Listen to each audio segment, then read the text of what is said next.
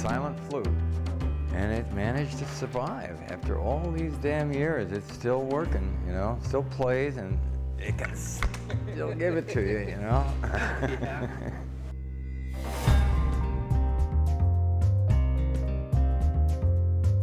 I think the biggest impact that Kung Fu had on my young martial arts life especially was that all my friends who I studied karate with at the time, we all became very soft-spoken for about 2 years. Because we all wanted to be like as calm and collected and as focused and as wise as Kwai Chang Caine, and we weren't. We used to have like kind of a Cato Peter Sellers thing going on when we were up in Canada together.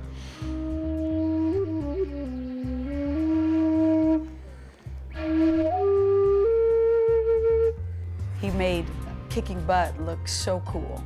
You know, he just really was one of the coolest guys on the planet. He had great hair, great moves. The moves were awesome. Like I remember one time he came up with a pebble. Oh yeah. And he said, snatch the pebble out of my hand, and I went like that and caught it in the air. The first time I met David was in the back lot of Warner Brothers, and I didn't know who he was. He walked in and he got this shaved head, and I thought he just fit the part for the monk that the show was looking for. But that's the Fibonacci thing without the wing. Right? So this thing rocks. I call it a pie fight, you know, with the Greek Roman numeral. Yeah. Yeah. Later on, when I became interested in martial arts, I remembered and I said, I want to be, you know, how that character was, you know, I want to do this type of action. And, you know, who knows? Look where I am today. It's my whole life, you know, because of that show. Do you have any anticipation? Are you? I'm his translator. Yeah. Are you? Give me a kiss. Uh-oh. Window up? When I first heard about the Kung Fu series, I was going on the interview for the show, and my mom took me there. And as we were on the way there, she said to me, well, you know, if you get this role, you're gonna have to shave your head. And I thought she was kidding, you know, because why? Why would I have to shave my head? And of course, when I started reading the script, there's a scene there where the boy's head is being shaved, and then I gulped, my heart dropped, and I was like, oh man, this is gonna be a ride, you know, of some kind or another, and it was. Are you anticipating anything tonight? That's a loaded question. No, I'm looking forward to it, but you know, I wing everything. That's a technique I think I might have borrowed from Marlon Brando. He would never learn his lines. I do that, but he'd have them written on the guy's forehead that he's talking to or something, you know? David has a screen presence, you know? And it's not something that can be taught. It's something that you either are born with or not. When I went to do a scene, I had no idea what the story was about or anything. And like they tell me that I worked with Harrison Ford and Robert Duvall, if they weren't in a scene with me, I don't even know about it. It was actually a deliberate technique, because I thought the script is the last possible crutch of an actor. So let's just throw that away and see what happens. And it may be the first time in film, really, that slow motion was used to show speed, you know? And that spawned many conversations between my friends going, see, cuz he's so fast that if they don't slow the camera down, like, you never see it. That's why. Like, they have to have a special camera to shoot that stuff.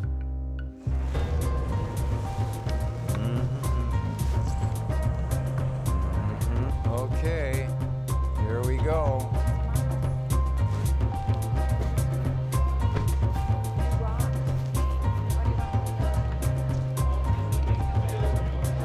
And you just want to tune in every week to see this guy do his thing. Hey! Hey! What's happening? How you doing?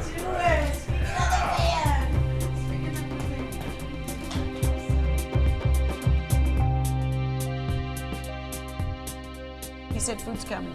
Who? Yeah, Food's food is coming. on the way. Food's coming. Food's coming. I don't know him. Was he in the show? Yes, food's coming. The only person I haven't met at this table is yourself. Oh, hi, I'm Rob. Hi, Rob. Yeah, pleased to meet you. Rodimus. Nice to meet you too. My pleasure. Thank you. Hands across the decades. Yeah, I religiously watch you guys every week before I met A lot of Dave. people use that word. when they say we religiously watch that show. It's the most common term I've used. And many people have told me, as I'm sure you've heard many times, how the show changed their life, Yeah. And Sometimes they say save their life. saved their life. I've heard that too. Yeah. Yeah. I know. Amazing. And most of that philosophical stuff was actually you. I did a little bit of it, but you had most of the burden of that. Or the honor. Or the onus. See, that was positive. Very nice. How many episodes did you do, David? 62 is what they tell me. Wow. It was hard to keep track of it because every season was a little different. It was not your regular TV show. The first time we did, I think, 15. The next year we did 26. I think we did 26. I don't know. I've never been able to figure how it came out to 62. Where did you shoot most of them? Where did you shoot most of them? Burbank. Where was the temple? The outside of the Burbank. That's on the back lot. Well, that's the Camelot. It was the Camelot Castle. We took out the gargoyles and the angels and added some Buddha kind of things and Food dogs. Where did they do the intro on the mountains when you're walking with the music and all that? That's a desert. Oh, that's in Yuma, Arizona. Really? Yeah, we went out there with one day. We shot all day, and then they just stuck it in. Who did the music for that, for the intro? For that David Shire? No. How can you guys remember? That's good. You guys can remember that. Helm. David Helms. David Helms. David Helms, yeah. Those two themes were really great. Yeah, they were, yeah. It sticks in your mind. I mean, sometimes when they do music for stuff, it's not very memorable, but in that show that you did, it's there, man, and it's there forever. So. Yeah, it's like it invokes a certain feeling when you hear that. It's like the Godfather's theme. Yeah, very right, much right. It like has it's that. just as haunting. Hits and the heart. Sticks with your soul. It's haunting. It is. It is.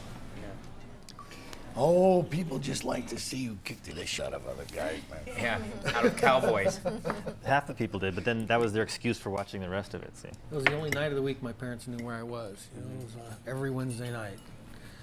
You were watching Kung Fu? Oh yeah, I'd be home before 9 o'clock. Waiting to watch Kung Fu. Were you studying martial arts then? Not yet.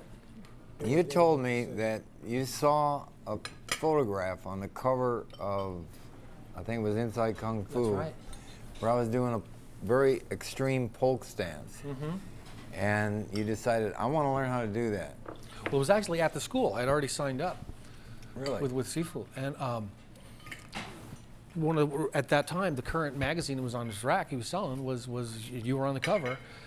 And so I tried to do that, and there's no way.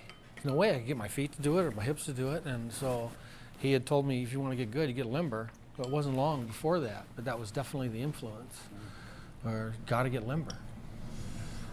Yeah, I think every kid I've ever studied martial arts with watched the show, and that was one of their main impetus for studying. Well, virtually every Yeah. trainer I've ever had, or any stuntman I've worked with, virtually started doing it because they watched the show. And then they teach me. Right. It's That was really my case, cool. for sure. Was there ever anybody Yeah, that stood in for you that was like a stunt double that you thought was like the best double that you had? Well, Greg Walker was the main guy in Kung Fu, and he was really cool, but the thing is that after about a year, I said, look, I want to do all the fights myself. And it was really sad for him because he didn't get to do the fight. So he just got to jump off buildings and stuff like that, There's a lot of actors who don't have a distinctive profile or like a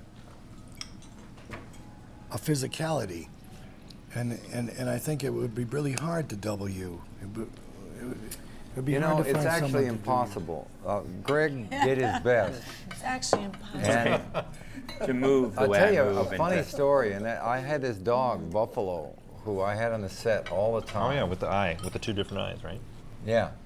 And Buffalo he figured out that as long as he was behind the camera, he was okay. One time I remember a director tried to put him in a scene, and when he knew the camera was about to roll, he just split.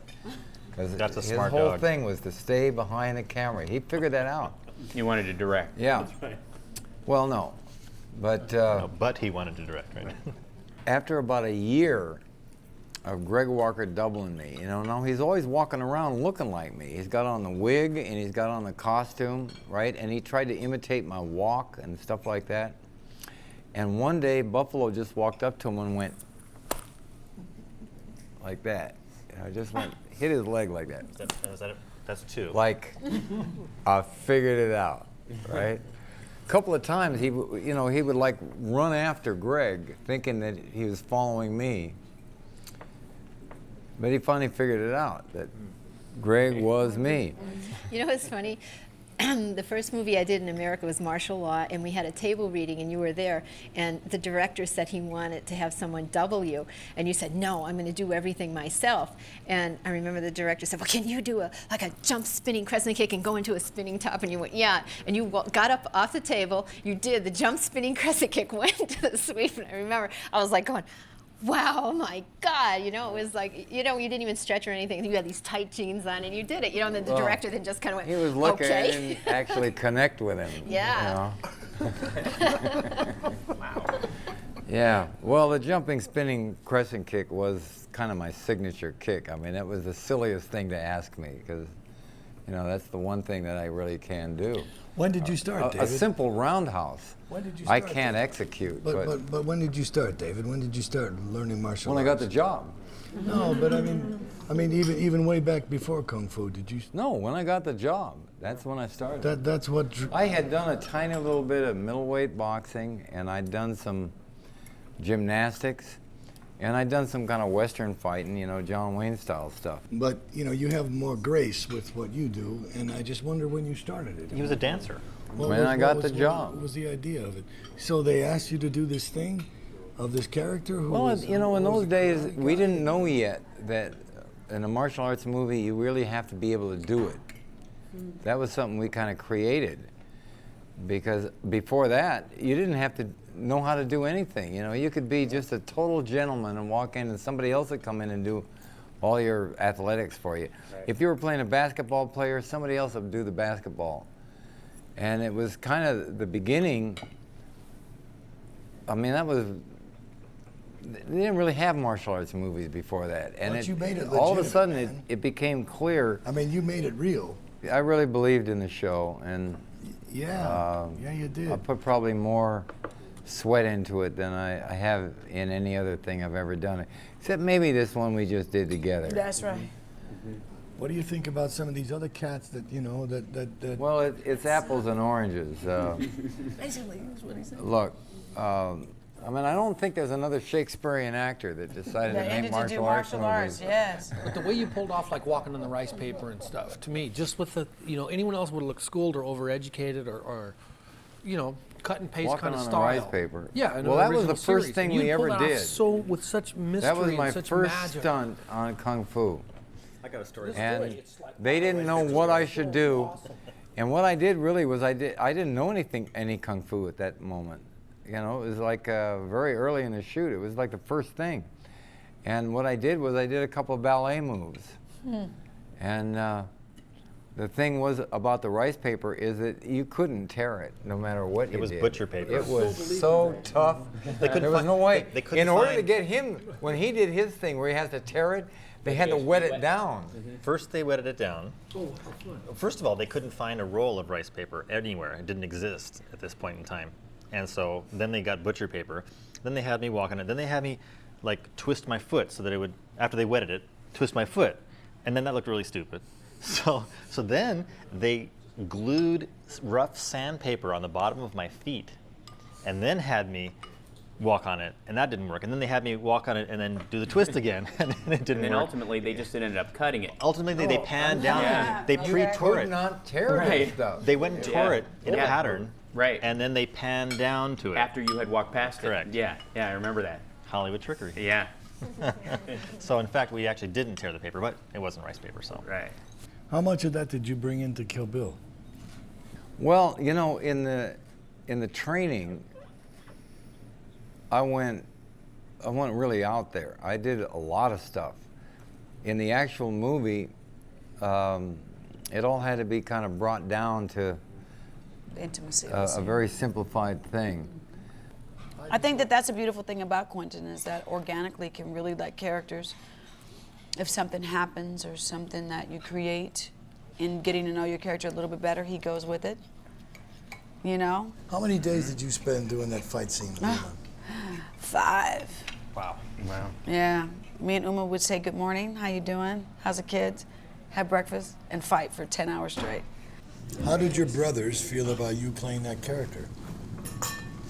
Keith and Robert. Well, I think they were all pretty happy about it. I mean, Keith actually played me as a teenager In between, it yeah. for a couple of segments. Employment for the family.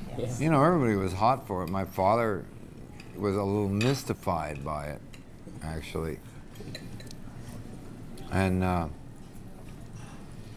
don't think I was paying too much attention to that, though. I was just so busy doing it.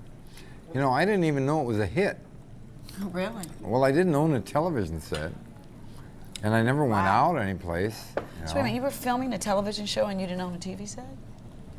So you didn't No, I see didn't. the show you were doing? No, I was living in a little shack on top of the mountain, you know, and just going to work every day, you know, from 6 o'clock in the morning till 9 o'clock at night. That's what you did. You know, I didn't find out till about somewhere in the middle of the last year I realized that it was a big hit. One of the best episodes was when your dad was on it, I thought. Playing that the was blind really guy. early on. I think Bobby was in that too, wasn't he? Yeah. That one? So what did you do when you found out it was really big? Big hit. Quit. Yeah, you told me something interesting. You were just like so phenomenal in that. I think that is like, even to me, even more than the Bruce Lee, you know, everybody knows the Kung Fu series. Yeah. But you told me that you would go in and you would like read the script like that day and go out and you'd be so perfect. You were like excellent in that part. You know, it was it just like blew me away. He's highly I trained. know. It was like amazing to me. Well, I that, actually you know, never did read the scripts. Yeah, that you would just like go right in and look at it and then boom, there it is. Some people have it, some people don't. Yeah. And it's not It's something. the difference of what yeah. makes somebody a leading man, a co-star. Yeah, and you can't learn it. You I have think to you- have I it think Either you got can- or you don't. You can Yeah. develop that stuff, but I don't know. certain people, it's You just can in time, wired because there's in. people in their careers that have To some extent, but To there's some extent, you know, but you either got it or yeah, you don't. there's that special That natural little thing. that some It's actors a comfort have with and some yourself, in a way, Absolutely. isn't it? I mean, Yes. because you have it, Why, thank you. I love and you being a have it, leading Michael. lady. You know. It's that thing. Some of us are naturals. Oh, here we go.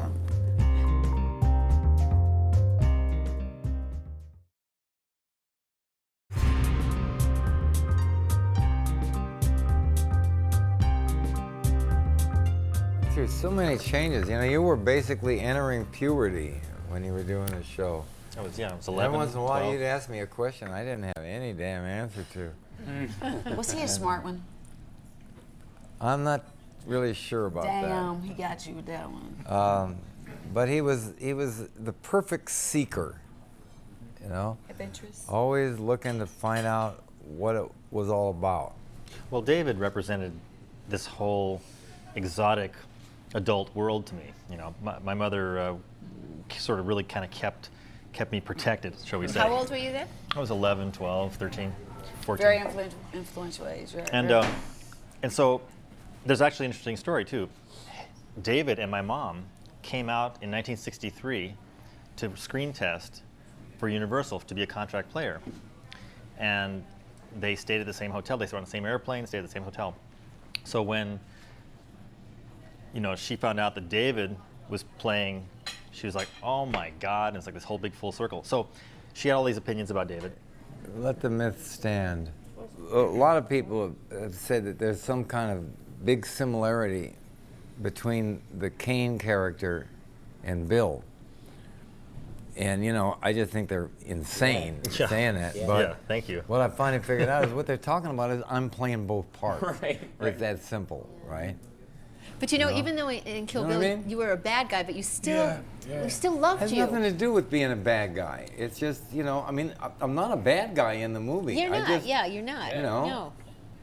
I mean, I just go through the motions of, you know, being funny and very pleasant right? And sophisticated and kind of philosophical, right? I'm a doting father, and I'm very much in love with this woman, and that's all you get to see. The rest of it's just a story. I think the scenes when you're the father are some of the most enjoyable for me.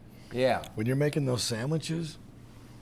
Your commercial career is about to take off, is what he's saying. No, No, man, well, I tell you, no. the thing is, It's one of the about acting teachers I had at David. one It's point, about you, and it's about the way that you are as an actor. he used to give you like an activity, like you're writing a letter on a typewriter, right? Whatever it is, and you're playing this scene, and he gives you some kind of obligation, like what your problems are, right? That you're supposed to work out with this person you're doing the scene with. And his instruction was always, if you run out of ideas, go back to your activity. Go back to the typewriter, right? Just forget about the other thing. Technique. And Quentin actually gave me this thing where the whole scene was an activity. Right. And I could just simply concentrate on the activity, and then all I had to do was remember the word. You know. I have a question for you, David. Yeah. Over the years, having played that role of Kwai Chang Caine, I sort of, now somebody might read too far into this and think that that's, inappropriate or something like that, but I felt a responsibility toward the character in the public. And I was wondering if you ever had a sense of that. Like, for example, did you feel like because people were projecting Caine onto David, that you had in any way an obligation to sort of be an example in any way to Well, people? it comes and goes. Sometimes I felt, yeah, and sometimes I felt like it was important for me to deliberately violate the idea. Mm-hmm. And why would you do that? Huh? And why would you do that? Well, because As he takes out a cigarette. I'm a For the record. I'm a curmudgeon. Please, in the name of God, can I have one of those? What's that? Can I get one of those, man? See, for Please, me, God in heaven, I was about to go get one myself. for me, it was kind of a burden in a certain way, which I actually welcome because it's actually helped shape my life in a certain way, in the sense that people would come up to me and say, "Oh, you're a grasshopper," and all this kind of stuff, and I could see in their eyes at a certain point that there was a real love of that character, and that character was so special and so pure, and it meant so much to the person who was standing in front of me that I felt like I had to not fake, but respect live up to a standard. respect their respect of the character. Right. And that was, I felt that was a real responsibility that I had as the actor who portrayed the role. I understand that. So I also understand getting, really feeling like you're bound by it and Yes. wanting to break out, too. Right, That exactly. makes a lot of sense as well. I did the same thing too. I mean, I I had don't my know if crazy I years. felt quite that way. I figured I did it, and it had more of an effect on the world than I had ever conceived. But it was done, and now I've got to live with the legacy, whether I like it or not. And at times How I could you felt not like? like, How could you not like the legacy? Come on. well, but every once in a while I figured, I did a couple seminars where I'm supposed to be teaching Tai Chi and stuff like that. And I thought, man, I'm really faking it here. Right. So why didn't you just say, hey, I can't do this? Well, I sort of did. Did you? But one of the things that I felt was that, if I can galvanize these people to a healthier lifestyle or something like that, then, why not? And As he I don't know, smokes. there's been so many things have happened to me from this part that I could not have predicted, and that I don't seem to be able to control. And I find myself, I've written books on this subject. I've done these instructional videos, and the thing keeps coming back to me, whether I like it or not. Why do you think that is? Huh? Why do you think that is? Well, because it's important to other people. Right. The thing I was trying to say is that basic reason why I did that and why I did the sequel is because people kept coming up to me and saying, are you ever going to do any more of those things? And I finally figured, well, maybe I should. Maybe I really don't have a choice. Maybe I have to. That was the role you were sort of born to play, in a sense, and that's what. No, that's I refuse to accept that. Why? No, because then I'm just, if that's the role I'm born to play, then I'm like Hopalong Cassidy or somebody. Well, darn it. You know, and I'm not. You're man. Kung Fu. I'm, See, there you go. See? Yeah. You're not even Kwai Chang. You're Kung Fu. well, It's a broader, That's a broader label at least. sorry, but no. I'm not Kung Fu. I'm this guy here. Right. Right? He's I David smoke Carradine. cigarettes and I'm basically a Hollywood cowboy. I have nothing to do. I'm not a Buddhist or anything like that, and that's not me. But you could kick someone's butt. And you know, I put a lot more into Kwai Chang than I think was in the script or even in Jerry Thorpe's vision. That's what I was trying to say before. It's about Because I screen put, presence, David. It's about everything screen presence, that I had man. ever dreamed or thought of into that part. But that's why it worked, because that's who the character Yeah. was. David, it's about you, man. It's about what you brought to it. That's why we're sitting here, man. It's all about you, dude. It's about you, David. My God, David. Well, the that's reason what you for the brought success to of the it. series is because I have a real pretty voice. It's a lot more than that. And pacing, the Yeah. delivery. Yeah. The delivery. Yeah. What did you say earlier about? Oh, you said I was just saying, when I was a kid, probably Kung Fu was the thing that kept my friends from killing each other, because we all still Kung Fu fought like we had done from seeing the Saturday afternoon Kung Fu movies, but we did it in slow motion, so we didn't actually hurt ourselves, because we were watching Kung Fu and everybody was... Well, there's also the fact that, you know, Kane did not Yeah. want to fight. Yeah, And that was the main ethic. was forced into it. I don't want to fight. right.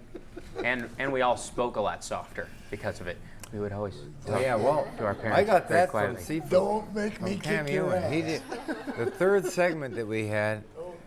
He played my best friend in the Shaolin monastery, right?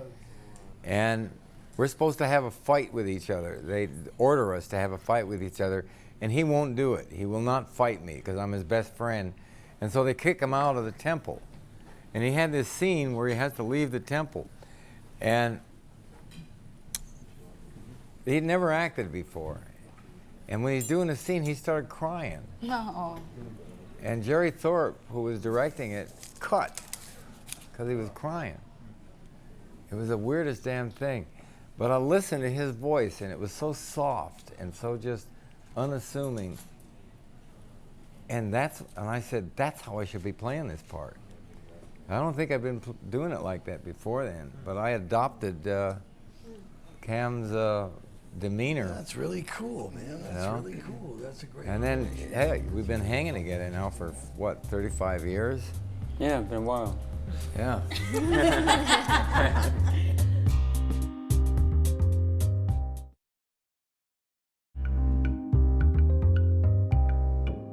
You know, nobody, I don't think, except maybe Jerry, knew the impact that that series was going to have. I mean, I would love to get into Jerry's mind and find out And what Herman he really Miller. knew, because his vision was pretty remarkable. But I just thought it was a great part. I had no idea it was going to cause this explosion and this whole thing, you know, that would bring Chinese philosophy and Chinese medicine, and there'd be a kung fu school on every street corner. It ruined my social life. I have to say, having a bald head in 8th grade was really, really Well, you know, a I drag. can't stand on any street corner on the planet now without, you know, somebody coming up to me. Do they say Kane or do they say Kill Bill? Just lately, they say, hey, Bill. They don't say kill Bill. Right, right. They don't have the nerve to do that. Right. But they do say Bill nowadays. Would Well, you ever? there's Bill, finally. Would you ever play Kane again, if asked to? How much money are we talking about? So you would, theoretically. See, that was a good, honest I've answer. never- You gotta love that. never You been gotta love closed. that. It was like, and they talk the check. How did you land your spot on the show? How did they contact you? Actually, they contacted everybody. So just show up. We're on the studio. So they just pick whoever they want to pick. So I was one of them. Well, how did you get to be there? Well, I have a kung fu school at that time, so they just called me, and he said, actually it was David Chowder called me, and I didn't know who he was. But then I kind of remember a guy's name like that because I saw an article about David Chow in a Black Belt magazine, so I kind of remember it. So he just told me to show up in Warner Brothers. He was just pulling my leg or something, but I show up. So that was everybody that was taught martial art at that time. That were Asian, kung fu, got invited actually. Mm-hmm. Did you feel? You must have felt like someone had just, and it literally happened. You were just picked up from one reality, and dropped into another reality. I mean, essentially. Actually, it was the same reality. Right. Ultimately, yes. But I mean, because at that time, kung fu, I was very serious about it, because it was very important for me, and I saw the series was just gonna. I probably was just like Jerry thought. I thought it's gonna do something for kung fu. How old were you when you started? 13. Yeah. And I didn't like it either. Once I started practicing, I got really good at it, and then I tried to change the idea that martial arts is just for men, that, you don't have to be big and strong to do it. You could be a woman and do For it. a long time, most martial art instructors, when they see a woman come to class, it's a joke. Exactly, Right. and it was like when I used to compete, people used to say you could wear lipstick when you compete. It's like, yeah, what does that have to do with it, And it's all like technique. It doesn't matter how big or strong you are. Now actually, there's more women taking martial art than men. Oh yeah, definitely, and it's just that it's funny to see the different, transitions. I remember when I first started, and like some guy would be interesting, and they'd be like, "Whoa, I don't want to deal with you. You're too tough." And then like the next decade come around, they're like, "Yeah, I want to go with you." And hey, honey, take care of that guy for me, And it's just, I think that, it changed. Women are strong and they're powerful and they can protect themselves. They don't have to be, the victim and say, "Come and help me," and that's a very sexy thing, that, you can handle yourself, and it gives you a lot, more power, So I love it where it's at now, that there's so many women, involved in martial arts, because even though, it's a good exercise that everybody should know it for self-defense, no matter what, men, women, children, and with these movies and everything, and seeing Vivica fight, it's like everybody, women get more involved, A lot of the kung fu movies that were being made at the time, they look very dated and very, choreographed. Yeah, they look less, almost like a dance, but bad dancing. No connection between the partners. Yeah. But there's a visceralness to the fight scenes on Kung Fu that made them feel alive. That's why I think it's worth watching again. One of the things that I think happened too is that, if I may, is that the character, the writing, and the action were all consistent in terms of the principles of Kung Fu, taking the opponent's energy and using it against them. In other words, just letting them mess themselves up, and that's what happened on a writing level. In the show too, is that these characters who were ignorant would encounter this wise man, and then they would be their own downfall. And he just basically kind of tried to get out of their way. They're headed on a road to destruction, so you just let them stay on their road. People will say, did you guys ever work together? And of course, we played the same character, but there was the time when David directed an episode that was mostly in flashbacks, and it was where young Cain gets poisoned by one of the royal family, because the royal guy, I don't know if he's a prince or something like that, he wants to see what a Shaolin priest looks like when they're dying. That's how decadent this man is, So he poisons me. Well, David directed that episode, and it was all told. There were flash forwards. In my delirium as I'm dying, I have flash forwards to him being, I guess, poisoned, or in an Aztec. He was in an Aztec cave. By a scorpion. Scorpion, right? Exactly. And so my delirium is of the future. So it was kind of a real twist, and it worked. It was actually a good episode. So, but he directed that, and that was the only time we ever worked together. The way that happened was, I said I want to direct one, and they had this script that they'd bought, and they didn't know what the hell to do with it because it was so weird. And I said, "Well, I'd like to direct one." And they said, "Well, give them that one. Right. We can get rid of it." And they didn't think I could pull it off. But it was kind of right up my alley. It was, kind of interesting. Was that the same episode where he protected the scorpion when the cave fell in? Yeah, the cave. Yeah. That's right. Yep, with Michael Green. That was a cool Kwai-Chainism, to be trapped and the cave's coming in and then save the life of the scorpion. That was pretty heavy. That's Kwai-Chang. Were you working on this series too? No, I was. No. So you came after the I series. worked on The Legend Continues, the next one. One of the great things about that show is that it was so consistent with the philosophy. It actually, everything that character did was consistent with Confucianism, with Taoism, and the Shaolin religion or thinking, and that's what gave it an integrity that people, I think, related to. They go, we can count on this guy every week to be doing the right thing in the circumstance. He's not going to let us down. Right. And that's why people would glue themselves to the set. Plus, you're also waiting for when he's going to break. Because the thing is, it was basically like somebody poking a dog. Just like there's a really nice dog, but somebody's just bugging it and bugging it. A little kid just kicking the dog and hitting the dog, and everybody's just waiting. Like, when is the dog going to have it? Well, yeah, you're always waiting for when Kane's going to bite back. Yeah, yeah. But if you're waiting for him to break, that's what I you're mean. never going to see that. No, but you know what I mean. He never did. When he realizes there's no other alternative, it's come down to this, and the only way to solve it is this way. And there's no other path because he gets to try them all too. That had nothing to do with the story. What that had to do with was the fact that the FCC said we could have 2 minutes of fighting, period. But the network said we had to have 2 fights a week. When I was choosing the costume, when I went for the hat, I said, I want a hat like Jimmy Stewart would wear. And that was the choice of the hat. And to a great extent, and I think I got part of this from my dad, but you choose the character while you're choosing the costume. Right. And you kind of get the ideas while you're saying, okay, I'm going to wear this and I'm going to wear that, and that becomes part of the character. Because you say this is why he's wearing it, and this is who he is because that's what he wears, and all that kind of thing.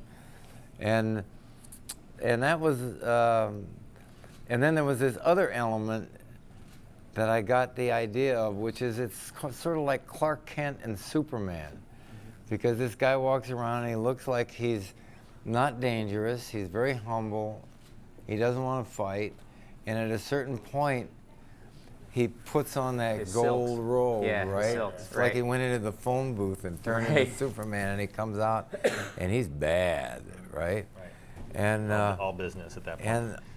And all of that kind of came together. And then, they kept giving me these great things to say, Well, that's the thing. The thing that happened in your eyes, because I saw some of the episodes recently. What happened was there would be a Western white guy, if you will, in front of you, and the way you looked at him, the things that you were thinking about him, we as the audience, we read that. We go, you could project into what you figured he was saying. But he was also looking at this person with compassion. You were like going, you were being the priest. You were looking at this man going, You ignorant, lovely person, right. Will you please not mess with me? Yeah, this is a weird kind of... And you can see that. Yeah. Look, this Rococo hobo comes walking out of the woods, walks into a bar and asks for a glass of water. Some cowboy tries to take him out and he throws him over the bar. Then he goes outside and he meets a family that's in trouble. Right? And he decides to go to work for them. But he won't accept any money for that. And in the process, he solves their problems. In the meantime, the sheriff comes over and puts him in jail or something. He gets in trouble with the law. And all of this culminates in him having to have a big fight with the bad guys and solves the problem of the family that he met. And then he walks away without ever looking back. Right? And that was basically every single segment.